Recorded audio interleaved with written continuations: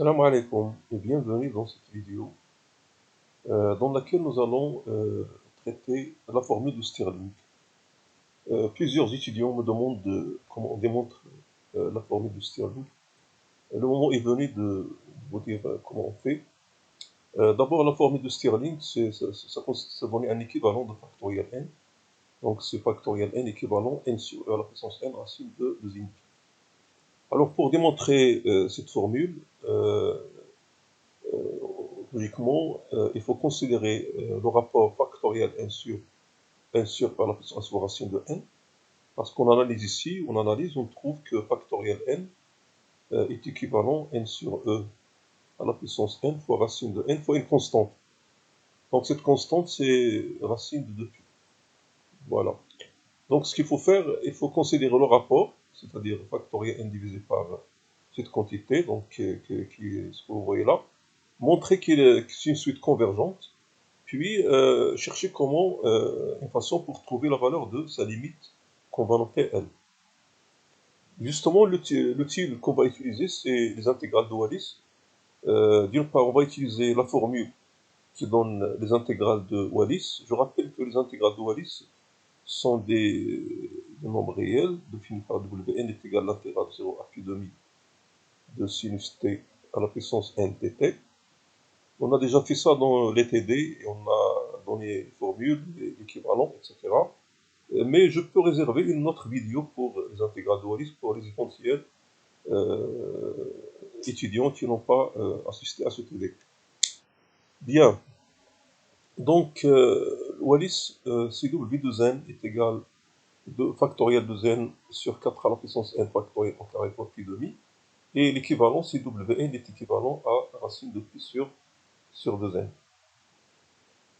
Donc en utilisant ça, on peut déterminer la valeur de n. Donc on commence par la convergence de la suite un. Donc je rappelle que un c'est cette quantité-là, c'est factoriel n sur la puissance n par racine de n.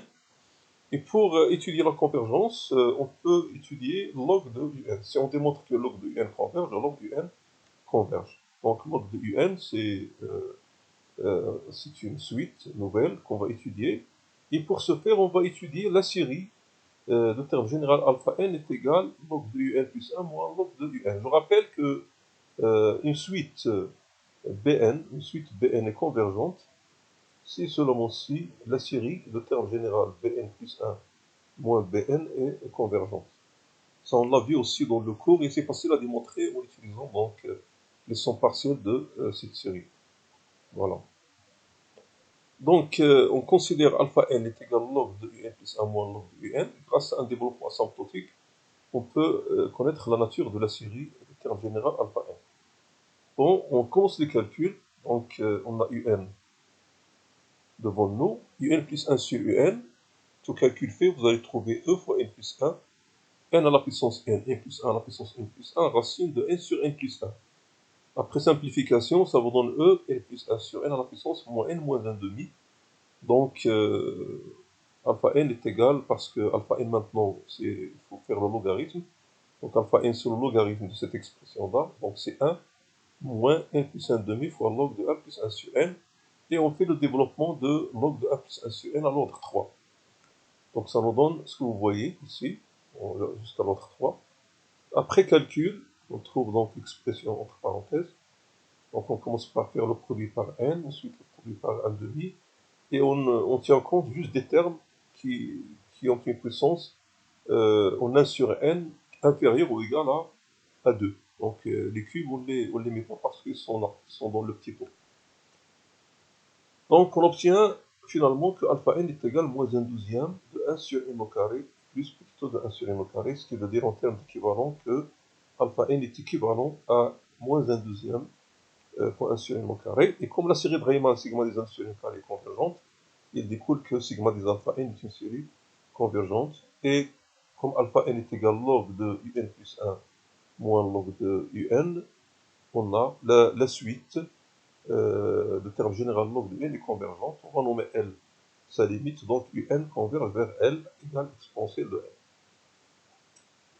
n. Ainsi, factoriel n est équivalent à L fois cette expression, et Ce qu'on fait, c'est de prendre W de n, l'expression qui donne le Wallis, et remplacer le factoriel de n par son équivalent, factoriel de n et factoriel n au carré. Alors le factoriel de n, il sera équivalent donc factoriel de n, équivalent à L fois 2n sur E à la puissance de n, fois racine de 2n. Ce qu'on a fait ici, on l'a remplacé. Donc le pi, il est là, le pi demi, voilà. Après, bon, je donne tous les détails pour les éventuels étudiants qui veulent voir les détails du brouillon. Après simplification, on va obtenir pi sur L racine de 2 fois racine de n. Mais on sait que W de n est équivalent à racine de pi sur 4n, parce que généralement, la Wn est équivalent à racine de pi sur 2n. Donc W de n est équivalent à racine de pi sur 4n, qui est égal à la quantité que vous voyez. Du coup, le rapport de ces deux quantités, donc celle-là et celle-là, elle va tendre vers 1. Donc le rapport, c'est ça. Puis après simplification, vous obtenez racine de pi fois racine de 2 sur L tend vers 1, ça veut dire que c'est une constante, L est égale à racine de pi. Ce qui finit la démonstration complètement de la formule de Stirling, à savoir que factoriel n est équivalent à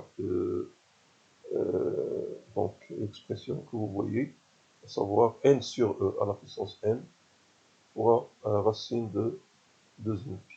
Voilà, formule de Stirling. Merci pour votre attention et à une prochaine vidéo, Inch'Allah.